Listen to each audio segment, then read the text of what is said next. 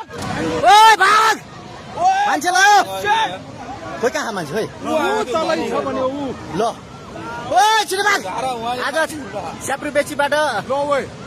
तिर्सिन नदी बाढी आएको माथि माथि भाग माथि र ओए भाग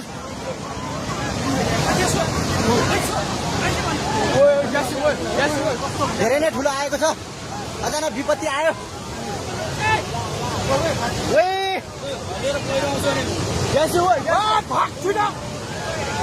माथि आयो धेरै नै ठुलो आएको छ ओए भाग ओए छिटो भाग